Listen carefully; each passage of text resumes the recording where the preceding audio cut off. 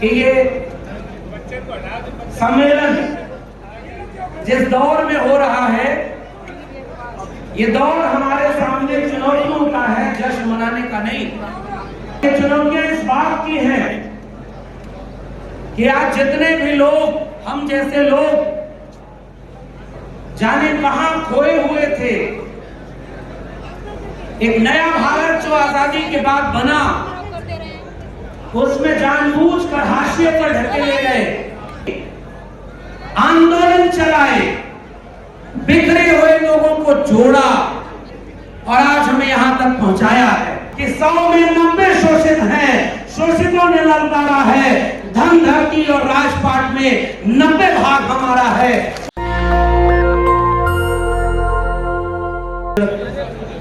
आयोजन में देश विदेश से आए हुए आप सभी सम्मानित लोगों को मेरा क्रांतिकारी जय भी, जय मंडल है, इंकलाब जिंदाबाद है। आज 9 अक्टूबर को सबसे पहले मैं मानव कांशी राम को याद करना चाहता हूं, जिनका आज स्मृति दिवस है, जिन्होंने उत्तर भारत में खासकर डॉक्टर अंबेडकर और सामाजिक न्याय की लड़ाई को एक सामाजिक सांस्कृतिक आंदोलन की शक्ल में जमीन पर उतारने की एक बेहद विस्तृत कोशिश की और इस तरह के हर मंचों पर एक बात बोलना बहुत जरूरी है कि ये सम्मेलन जिस दौर में हो रहा है, ये दौर हमारे सामने चुनौतियों का है, जश्न मनाने का नहीं। और ये चुनौतियां इस बात की हैं कि आज जितने भी लोग, हम जैसे लोग जाने कहां खोए हुए थे, एक नया भारत जो आजादी के बाद बना, उसमें जानबूझकर हाशिए पर ढकेले गए, उन सारे लोगों के सामने आज एक बात तो गर्व करने की है कि हमारी विरासत, जो सामाजिक और सांस्कृतिक विरासत थी, जो तथागत बुद्ध से लेकर के बाबा साहब, महात्मा फूले, पेरियार और उसके बाद मानव कांशी राम और मंडल की जो पूरी लड़ाई, इस पूरी विरासत ने हमें ये जमीन और ये जगह दिया, हक हुकूक की ये आवाज दी कि आज हम यहां खड़े होकर इस वक्त की जालिम तानाशाह सरकारों के सामने,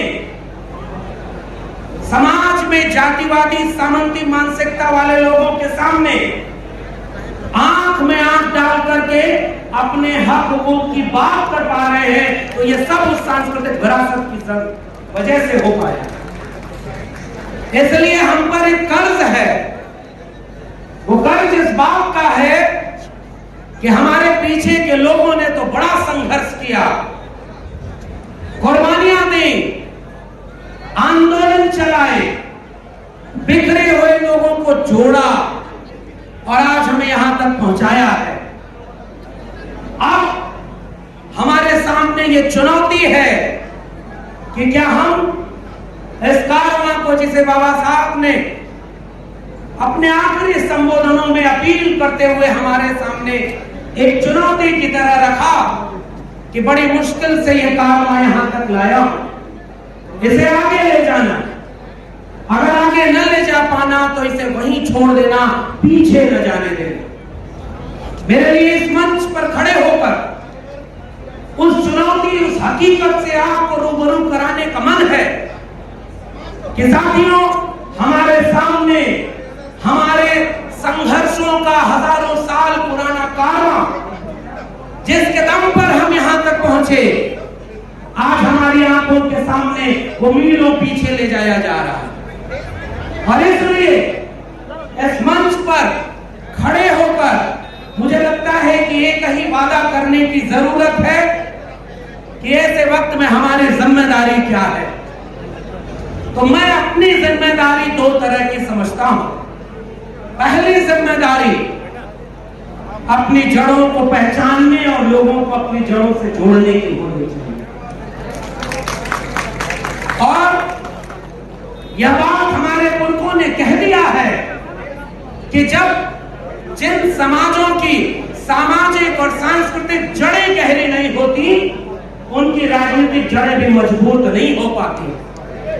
उत्तर प्रदेश के लोगों, इस बात को आप जानते हो, जिस मान्यवर कांशीराम का आज स्मृति दिवस है, उत्तर प्रदेश में उन्होंने ऐसा सामाजिक, सांस्कृतिक और राजनीतिक आंदोलन चलाया कि आजाद भारत में पहली बार जो सबसे हाशिए पर ढकेल दिया गया था, उस पायदान से खड़े होकर एक ऐसे राजनीतिक नेतृत्व को हमारे सामने रखा जिसने पहली बार इस प्रदेश के सूबे के मुखिया के पद पर बैठकर इस भारत के लोकतंत्र को असल में चरितार्थ करने का काम किया था, वह सामाजिक और सांस्कृतिक आंदोलन। मगर आज हमारे सामने एक चुनौती है साथियों, हमारे सामने वो तमाम तरह का दृश्य है जो आपको अपने बच्चों को जड़ों से न जुड़े होने के नाते उन्हें बरगलाने में कामयाब हो जा रहा है। वो उन्हें पाखंडी बना रहे, वो अंधविश्वासी बना रहे, वो कर्मकांड में फंसा रहे। और जब भारत का संविधान लिखा गया, उस समय एक भरोसा इस नए मुल्क में नागरिकों के सामने रखा गया था कि अनुच्छेद 51A के तहत इस देश को हम तर्क, विज्ञान और वैज्ञानिक चेतना से संपन्न करेंगे। और जिस तथागत बुद्ध को हम याद करते हैं, मेरे लिए बुद्ध एक विचार का नाम है जिनके मूल में प्रज्ञाशील करुणा के साथ तर्क विवेक है। और अफसोस ये है कि आज हमारी पीढ़ियों को, नौजवानों को कामड़ ढोने से लेकर मूर्ति पूजा और अंधविश्वास में फंसाकर ये दावा किया जा रहा है कि हम सब हिंदू हैं। इसलिए पहली चुनौती कबूल करिए कि पहली चुनौती इस बात की है कि अपने इतिहास को, अपने जड़ों को अपने घरों तक पहुंचाइए। और वह चुनौती तब साकार होगी जब इन सारे लोगों के लिखे हुए को, उनके विचारों को यानी किताबों के जरिए घर घर पहुंचाया जाएगा। वरना गमले में लगे हुए पौधे एक वक्त के बाद मुरझा जाते हैं। इन पौधों को जमीन में लगाइए ताकि उनकी जड़ें अपने आप फैलती चली जाएं और एक विशाल वृक्ष बने। और दूसरी सबसे बड़ी बात जो कह करके मैं इस मंच पर अपनी बात खत्म करूंगा, वो चुनौतियों की है। जब इतिहास आपकी पीढ़ियां नहीं जानेंगी तो वो पाखंडी बनेगी, आप उन्हें रोक नहीं पाएंगे। और अगर इतिहास जान जाएंगी, वैचारिक धारा पर खड़ी हो जाएंगी, तो वो एकाकी बात करेंगी। और पहली बात यह है कि तमाम तरह के जातिगत और जो छोटे छोटे समूह बन गए हैं, उनको एक करने की जरूरत है। और जब एक कर लेंगे तो आगे चुनौती मुझे एक ऐसे भारत की दिख रही है जिसे सांप्रदायिकता की आग में जलाया जा रहा है। रोज हिंदू मुस्लिम, मंदिर मस्जिद और तमाम तरह की लड़ाइयों में आपके असली सवालों को खत्म कर दिया गया है। इसलिए नौजवानों, आपके सामने एक चुनौती है, पहचानो आपकी चुनौती को, याद करो तथागत बुद्ध से लेकर कबीर, रैदास, पलटू दादू भिखा, बुल्ले शाह बाबा फरीद, नारायण गुरु बसवन्ना चौका मेला से होते हुए महात्मा ज्योतिराव गोविंदराव फूले, ईवी रामास्वामी पेरियार, शाहू जी महाराज, डॉक्टर अंबेडकर, डॉक्टर लोहिया, मान्यवर कांशीराम और मंडल की लड़ाई मंदिर मस्जिद की लड़ाई नहीं, कलम और किताब की लड़ाई थी, वो आज खतरे में है।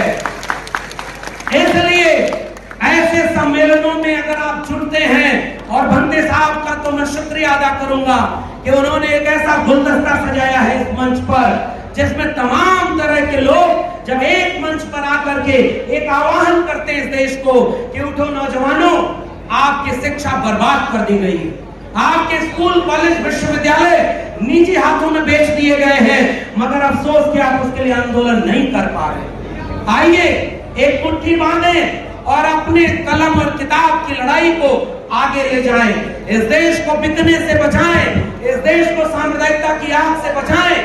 वरना अफसोस ये होगा कि आज से कई सालों बाद जब आने वाली पीढ़ियां हमसे एक सवाल करेंगी कि तुम जब थे तो बाबा साहब का संविधान बचा हुआ था, तुम जब थे तो मंडल कमीशन की कुछ अनुशंसाएं सही लागू थी। तुम जब थे तो शिक्षा बची थी, रोजगार बचा था, थोड़ा ही सही स्वास्थ्य और जमीन बची थी, स्वाभिमान बचा था। और 25-50 साल बाद तुम हमें एक ऐसा भारत छोड़कर गए हो जिसमें न शिक्षा है, न रोजगार है, न सामाजिक न्याय है, न भारत का संविधान बचा है, न यह देश की जगह जमीन बची है। हम क्या जवाब देंगे? मैं आपसे गुजारिश करके अपनी बात खत्म कर रहा हूं कि इस देश में अब एक क्रांति की जरूरत है।